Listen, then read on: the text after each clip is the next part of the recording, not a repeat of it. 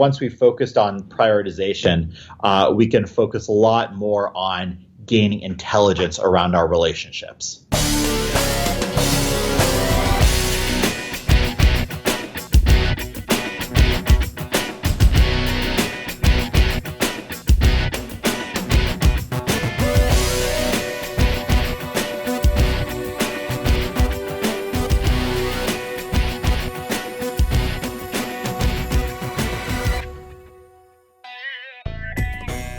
Welcome to the Productivityist Podcast. I'm your host, Mike Vardy, and this week on the program, I am joined by Zvi Band. Now, Zvi is the co-founder and CEO of Contactually, which is a leading CRM platform for relationship-oriented businesses, and he's the author of Success is in Your Sphere. He's an engineer, a developer, an entrepreneur, and a startup advisor, and he has been named a Washingtonian Tech Titan not once, not twice, not 3 times, but 4 times. We have a great conversation on the program today. We talk about like how to bring success to you, the idea of maintaining relationships and putting things in place so that those relationships can both be forged and then fostered over time. Lots of things, definitely having a lot to do with the elements of productivity, maybe not directly, but certainly indirectly.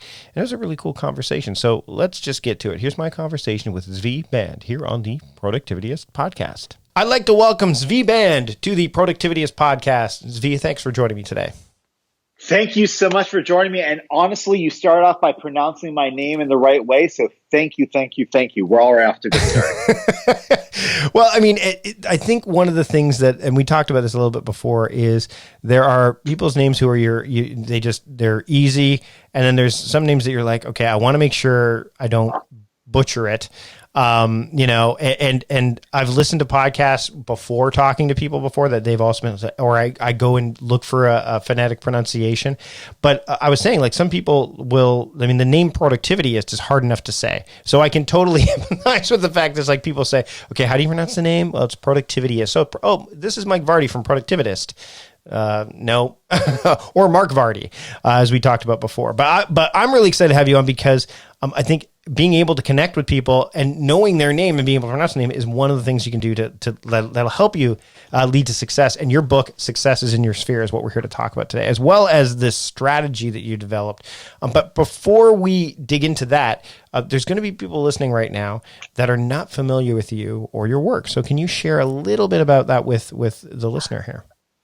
Yeah, absolutely. And obviously incredibly thankful to be here. So yes, I was recently the author of the Success is in Your Sphere, which came out in May of 2019, all about the strategy to build and maintain relationships. And just to kind of frame it, like, I actually shouldn't be the person talking about strategic relationship building, but early on in my career, all these amazing things happened to me because I happened to know the right people and build the right relationships.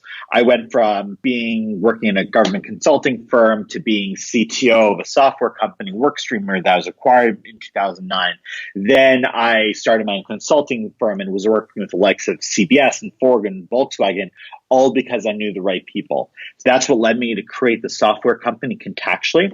We're a relationship marketing platform that works with professionals all around the world in all sorts of different industries to help them build and nurture authentic relationships. And it was those learnings and the idea that you need strategy behind it, that's what led us to create Contactually and the book, of course. So I want to touch base on acronyms. I'm a big acronym guy. When I deal with people talking about mode-based work, which is one of the elements of time crafting, the 5 categories spell the word treat, which to me says if you're working by modality, then it's a treat to work, or you're treating yourself better. You've got an acronym that I want to dig into because we have these episodes are generally, you want to get through them in less than an hour because people's time is valuable. And I want to talk about this capital strategy. Because again, and the strategy thing is important. I mean, tactics are wrapped up inside of strategy. And one of the things that you talk about right out of the gate is what the letter C stands for, which is consistent execution. And I think that's an element of productivity that I think people, I wouldn't say they undervalue, but they lose sight of. Can you touch a bit on as we go through this, the initial, like the kind of the establishing easy for me to say, of consistent execution that will help you, find success inside of your sphere. Yeah, absolutely. And I like to say, and I honestly hope this for the listeners out here, if you get one thing out of this podcast, just one thing, it's blocking time in your calendar, once or twice a week or every day or once a month, whatever you want to do, and set aside that's your time to focus on the relationships that are important for your career, not necessarily urgent for the task at hand. Right. That's it. Because again, how useful is going to the gym once and never going again? It's acting and doing it consistently. When we looked with Contactually, we serve hundreds of thousands of businesses. But when we looked at the number one reason why people were unsuccessful and churned out, it was far and above. It was, oh yeah, I really liked you, but I just got busy. And that's our problem these days. There's so many things fighting for our interruption. Nir Eyal, who I know you just interviewed, right? He talks about being indistractable. Mm-hmm. And that's what we need to do as well. And that's finding some way to act consistently. So what are some of the things that you do and that you've done? Maybe one thing, because I think people, when they walk out of this episode, other than obviously, your big touchstone that you mentioned, but what's one of the things that you did that kind of, allowed you to consistently execute? What's one of those habits that you put in place? Yeah, absolutely. So, of course, yes, blocking time works very well. Mm-hmm. The one thing that I think does actually trick us is, again, the secret is, as human beings, we're wired for short-term gains. Right. And so one of the things that will cause us to not do things that help us long-term is we gain nothing short-term.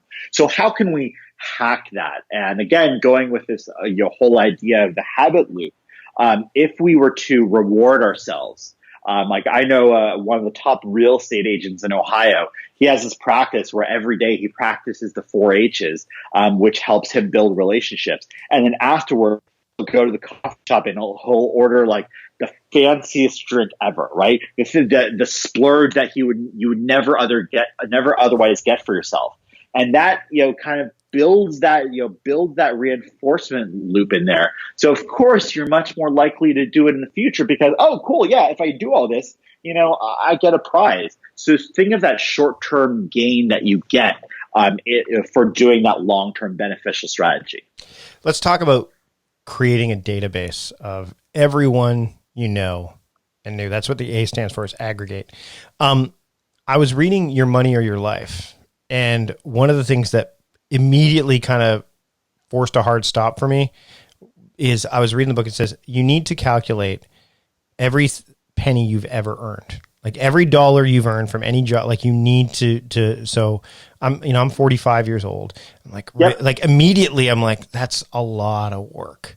So I look at this and I'm like, everyone I know and knew. I mean, I think there's ways to find that, but how does someone begin with that? How do they get past that barrier of, oh man, this is way too hard for me to do, I'm just going to skip this step or not do it at all? Yeah. So, is it okay if we spend maybe 30 seconds talking about the why behind this? Yeah, absolutely. That's actually, right? I think again, when we talk about strategy, it's got to be the why first, right? Yeah. So some of your listeners, may be familiar with Dunbar's number, right? Yep. This whole idea that you can maintain around 150 personal connections at any one point in time. The problem is that, we need to maintain many more relationships than that over the course of our career.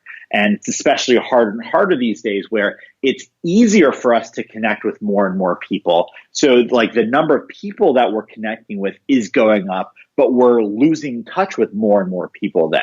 So if I can't remember what I had for breakfast 2 weeks ago, how am I going to remember the people that I connect with and the details about them? And so one of the challenges we face, therefore, is, okay, well, who have I actually been talking to? And the problem is we've got people in our email, in our personal email, in LinkedIn, in Facebook, and then I'm connecting people on Twitter. Then I've got this database over here and and this Excel spreadsheet over here. And so if we're trying to blow past Dunbar's number, then we have to help our database understand who we know. And so, yeah, that means it's going through and building a practice and leveraging tools that will allow us to aggregate everyone we know. Now, of course, there's some scary things associated with that, but it's really important that you start off with that full database of people. And I think the other thing is to tackle it bit by bit at a time. When people look at, if you're going to do this, I think don't write down, create database of everyone I know. You want to break that down, because if you just look at that task, your boss is going to go, nope, too big, moving on. Whereas if you say spend 15 or spend 25 minutes, if you want to use like the Pomodoro technique, adding to the database of everyone I know, that's more manageable and you can actually make progress on it as opposed to skipping it, right? Exactly. And listen, you don't need to get 100% of people in there. Right. But think of the areas that you're normally interacting. Like for me, I've got my Contactually email, my personal projects email, and then I've got LinkedIn and Facebook. If I pull all those in, that's probably 95% of the people that I've been talking to in the past 10 years. Okay, great. Let's pull that in. And then, yes, if I want to, as needed, I can go and manually add contacts as needed. But that, with a good tool set, I could probably do that in the span of, again, 20, 25 minutes. Right. Now, actually, this is a good sidebar question. And it's a point I'm going to make from my own vantage point, is you mentioned you have several different email accounts. I do too. Mainly because for me, one of the reasons is because if I decide that I no longer need to be handling, let's say, the hello email account for Productivityist or the podcast email, I can just hand the keys over. I don't have to try to, untangle those kind of emails from my ask Mike at productivityist.com email.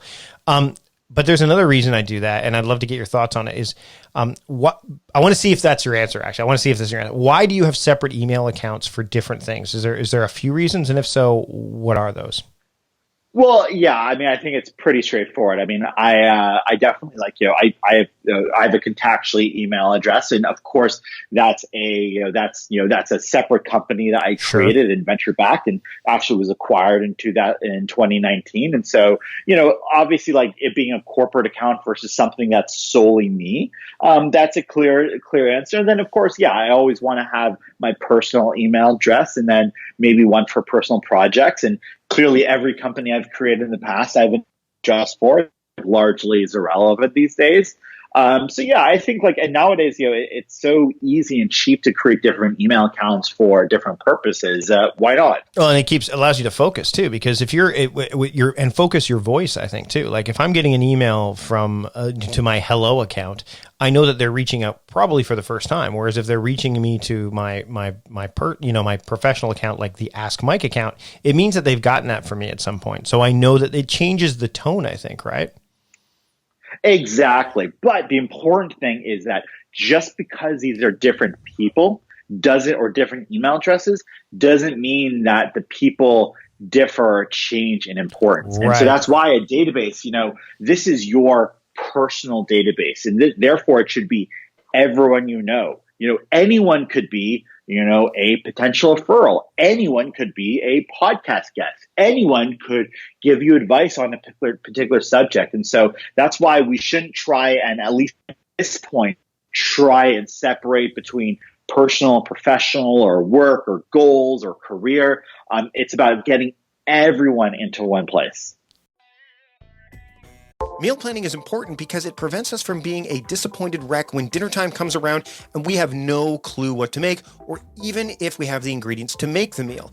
It's a time and a money saver, but most importantly, it frees up valuable brain space. Creating a meal plan prepares us for the week to come and gives us peace of mind that we're organized and can feed ourselves and our family. That's why I do it, and that's why Plan to Eat helps me do it.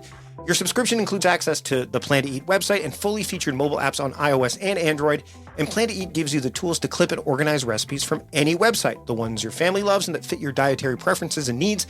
And you can create a meal plan around your schedule. Then what happens is the Plan to Eat software automatically creates an organized shopping list based on your plan. So sign up for your free trial at plantoeat.com/timecrafting.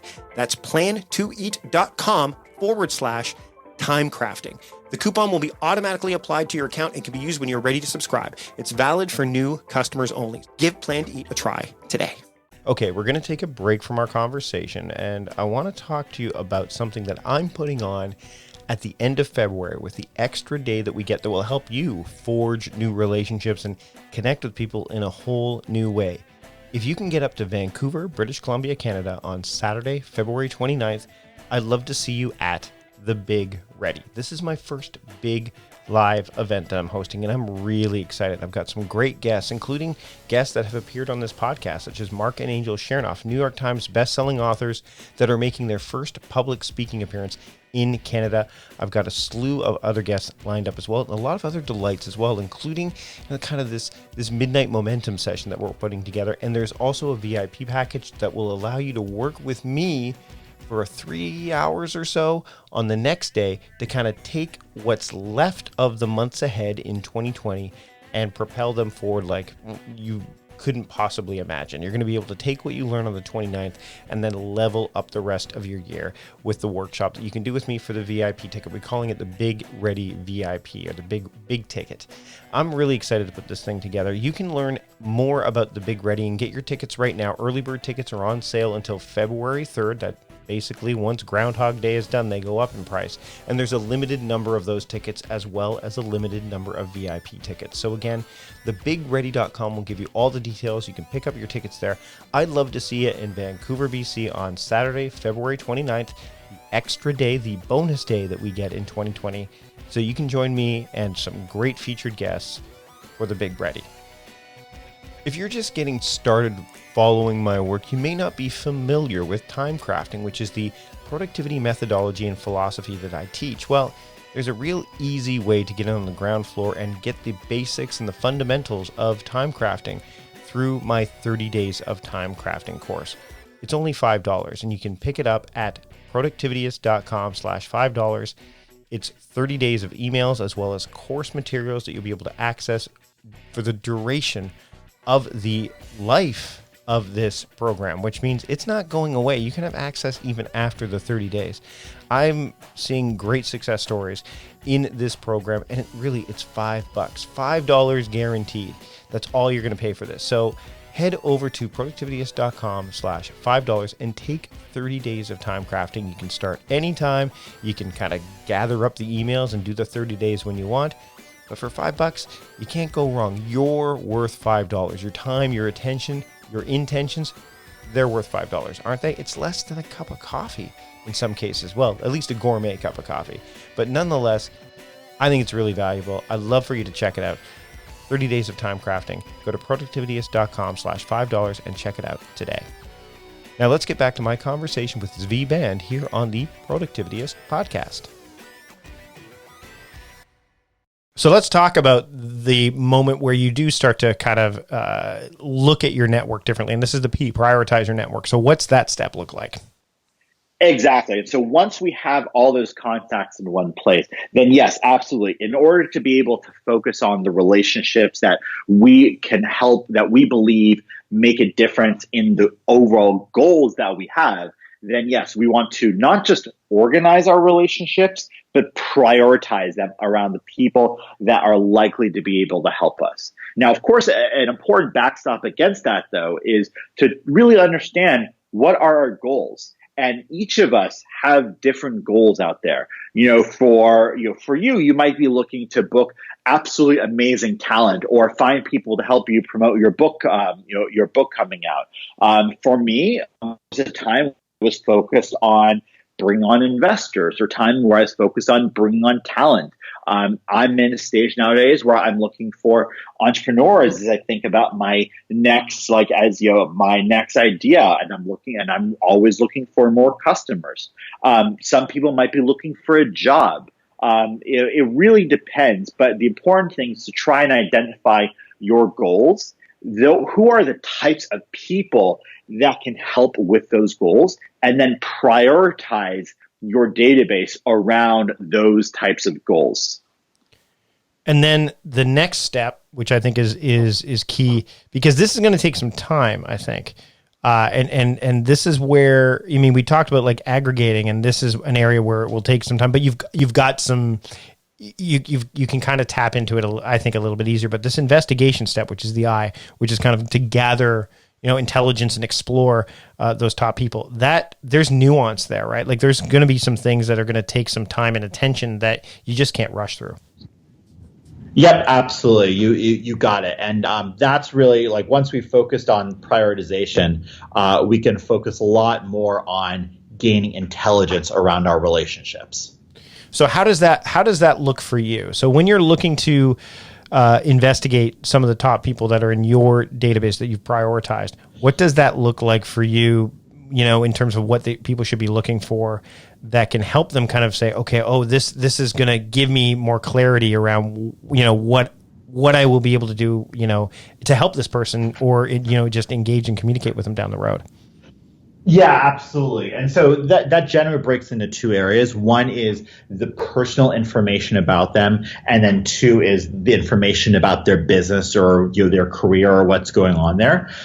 In terms of focusing on their overall in the overall person, of course, clearly, yes, this is where you can leverage social media. One thing I like to do with social media is actually, instead of looking at their most recent posts on Instagram or Twitter or Facebook first, I like to go to the furthest one out, the oldest post, because usually that's when people are starting to fumble around and start to figure out like how to use it. And I find people are a little more open and honest then versus like the sheen they have these days. There's that. Then of course, looking at their business, what is the business going through? What is the recent news? What is the person talking about in the business that's more important? The one important thing though is I don't necessarily think it's always important that we think about the proactive investigation that we're doing, but think about the information that's already coming through our ears that maybe is just falling on the cutting room floor. So one of my most important tasks that I do is I love to record small talk, right? Now, small talk is something that usually goes in one ear, out the other. It's like the social niceties that we feel forced to do. What if instead we actually made a much bigger point of writing down all that information? We learn about people's kids, their weekend hobbies, what they did, where they're traveling to, where they just traveled from. That's the kind of useful information that we can use as a way of building a deeper relationship moving forward. Does that make sense? Totally makes sense.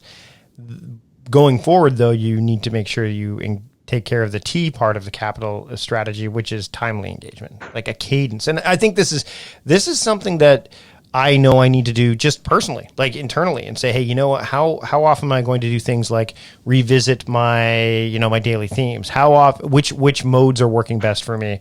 Not only that, but like journaling for me, like I'm kind of communicating back with myself, doing some touchstones to make sure that I'm actually going along on the right course.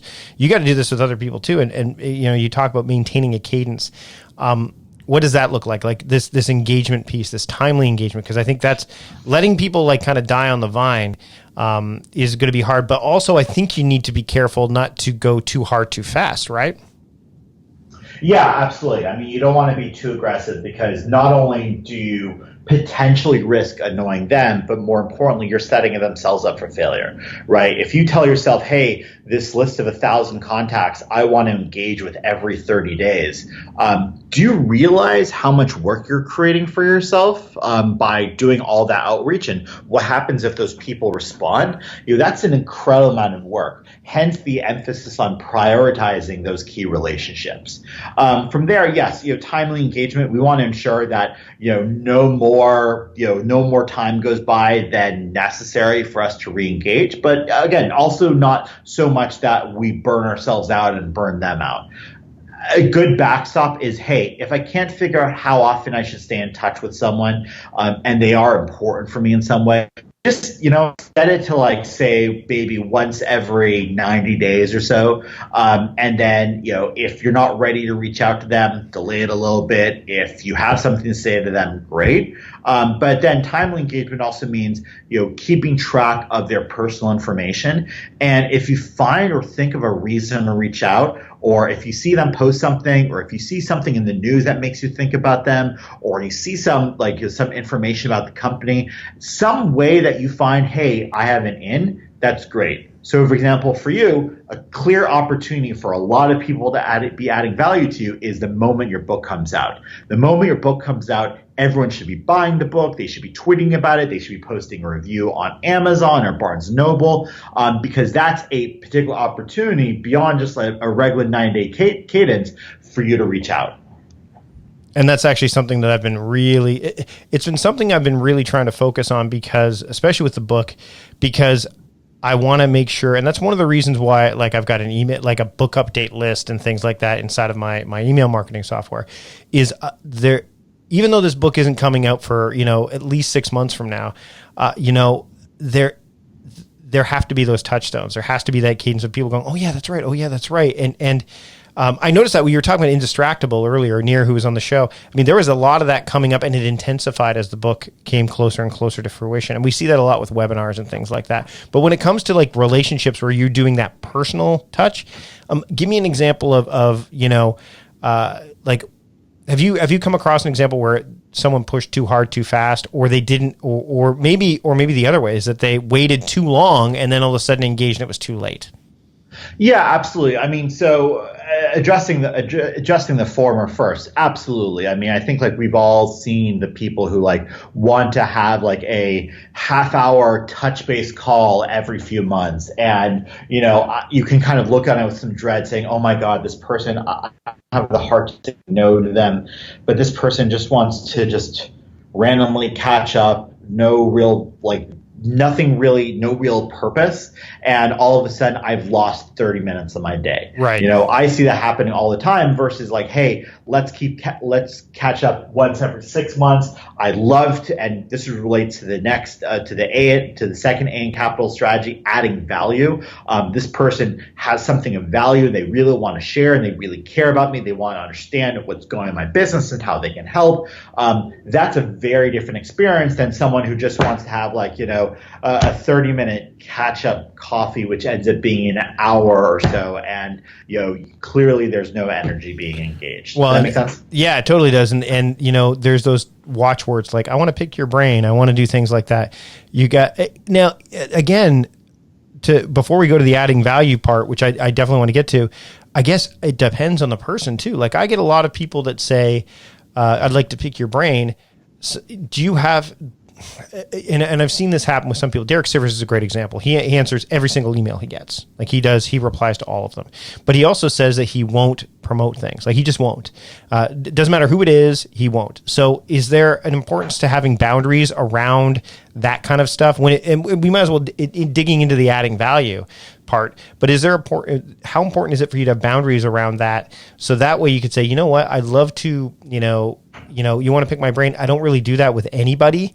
But let's do this instead. Or like, how does that work? Because I think you have to have almost some boundaries and some, maybe, I wouldn't say some rules, but some values around that. Oh yeah, absolutely. I mean, I think this goes back to this just kind of belief of like doing the right thing. And I think you should be doing the right thing that you feel is appropriate. And so I've learned, for example, I have absolutely no problem letting people know, saying, hey, honestly, I can't meet up with you. I'm really heads down. I'm focused on things. Otherwise, like, I'm doing a disservice to the people I feel I really can help and I want to work with over a long period of time, because I'm getting distracted with other people that like I otherwise wouldn't have the heart to say no to. At the same time, I'm also very hesitant of course, I'm connected to certain people in my network. I'm very hesitant on just, making any introduction to them, because again, how am I helping that relationship if I'm just letting anyone in through the gate?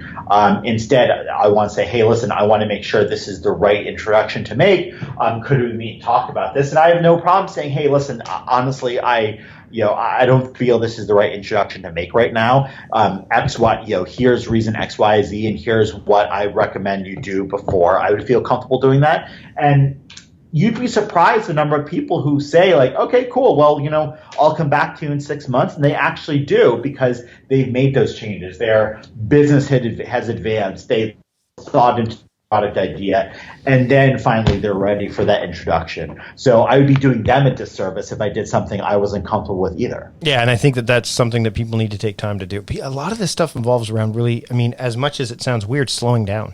Like, you know what I mean? Like just getting deliberate and perspective, and that you can't just ad hoc do this. Yes, tools will definitely help you. You talked about that, and I think it's great to have those, but what do they say? Garbage in, garbage out, right? So, I mean, I think taking that time to be deliberate about it is really, really important. Exactly. So let's talk about adding value. So now you've been following up. We could use me as an example if you want, like the idea of the book and stuff like that, but there's got to be some value added. And I know one of the things that I started to do, and I struggled with emailing people for a while, especially I like to try to keep the people that I'm on my email list, and we'll use that as an example. It may not be the best example, but it took me a while to feel comfortable with emailing them regularly because I didn't know what I was offering them. And it was just add value, give them some stuff that they're going to be able to take away and use.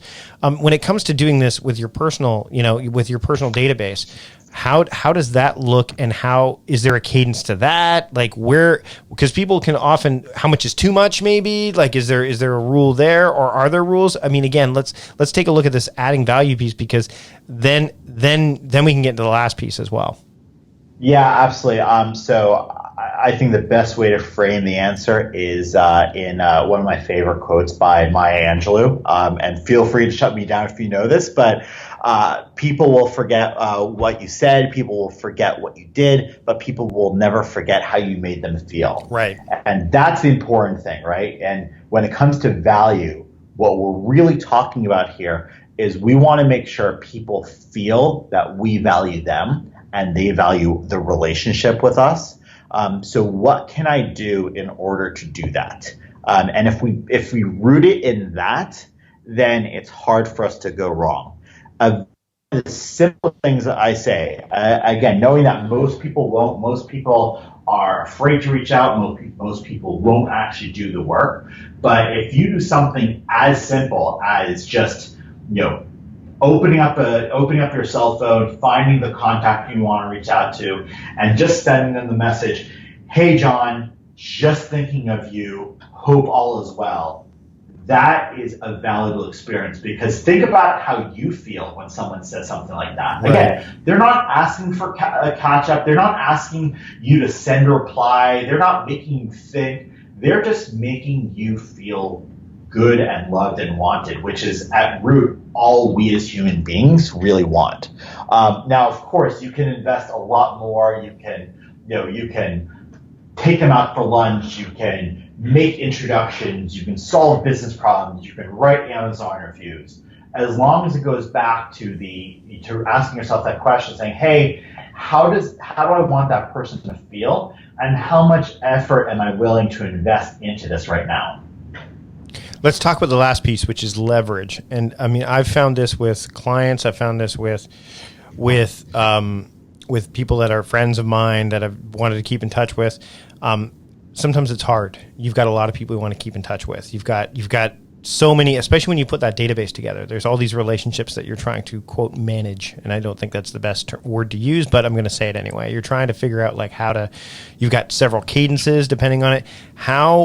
What are some of the things, and I know Contactually is definitely one of those ways to leverage and make it easier for you to execute those key tasks so that you don't feel like you're being strained. But what are some of the other ways that people can, what are some of the ways that people can say, okay, you know what, I want to keep doing this, but it's I don't want to make it a grind. How can I make it easier for me?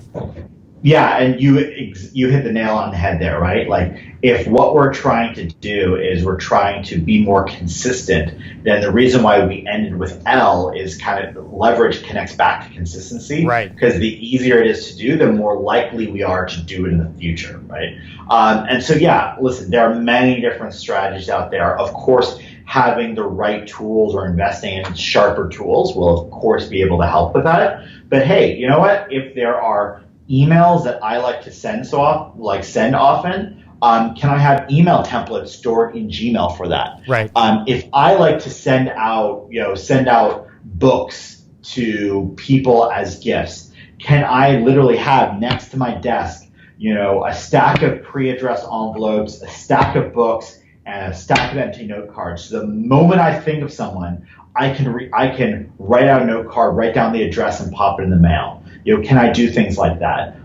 If you want to get more advanced, having a virtual assistant, right? So I have my virtual assistant make introductions for me. So all I need to do is drop into a spreadsheet she and I have running, saying, hey, introduce this person and this person. Here's a little bit about each one. She'll do that. She'll do like kind of, the mundane thing of emailing this person, emailing that person, asking for permission, waiting for permission, following up, and then making an introduction. But I did an incredibly valuable thing that used to take me, say 10 minutes over a week into 30 seconds in a spreadsheet, right? And that's the kind of thing that having a virtual assistant can help with. So it's thinking about what am I doing repeatedly and what can I, again, standard productivity rules, like what can I outsource, what can I delegate, what can I systematize in some way. Yeah, and that's, one of the things that I realized I did right away, and this is something that you can do, if you don't want to have a virtual assistant, let's say you want to keep, and that's one of the things I've tried to do is,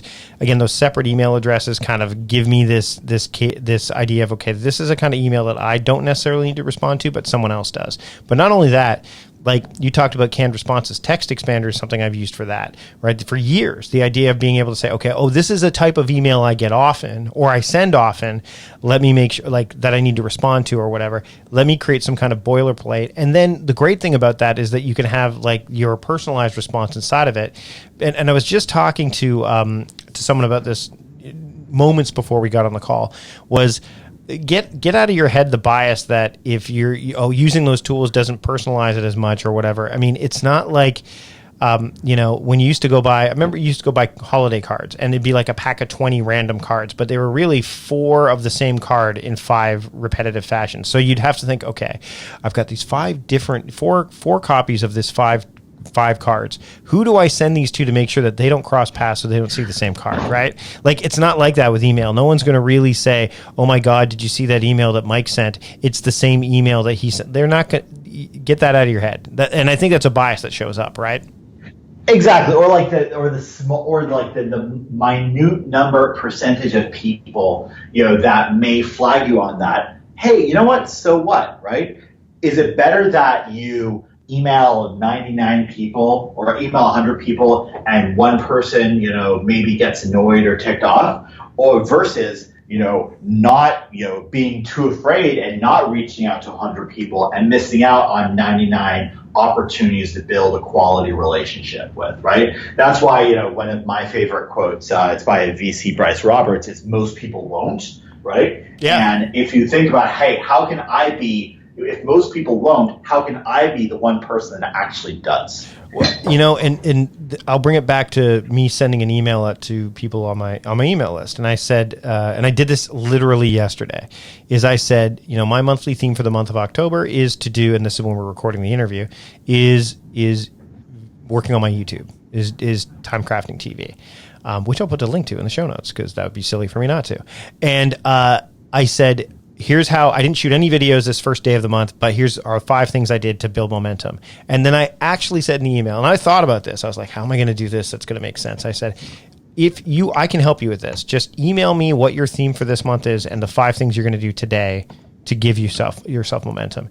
And I sent that email to thousands of people right on my list. Like, it was a very, and I would say I was not surprised with the amount of people that did it. It was a few more than I thought would, but not everybody, because you're right. Most people won't. Most people are like, oh, he's not gonna do it, or he's not gonna find time. The difference is what you do, right? And I think it's the showing up. It's like the capital that you talk about, the idea of consistent, all those elements allow you to show up and allow you to be there for those people, so you can build those relationships and then hopefully help both of you achieve the goals you really want, right?